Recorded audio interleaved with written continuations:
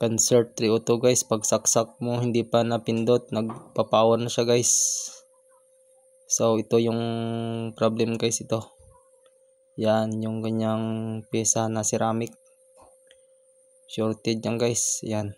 Ang gagawin natin guys, pwede natin ito tanggalin or palitan natin guys kung meron tayong pamalit.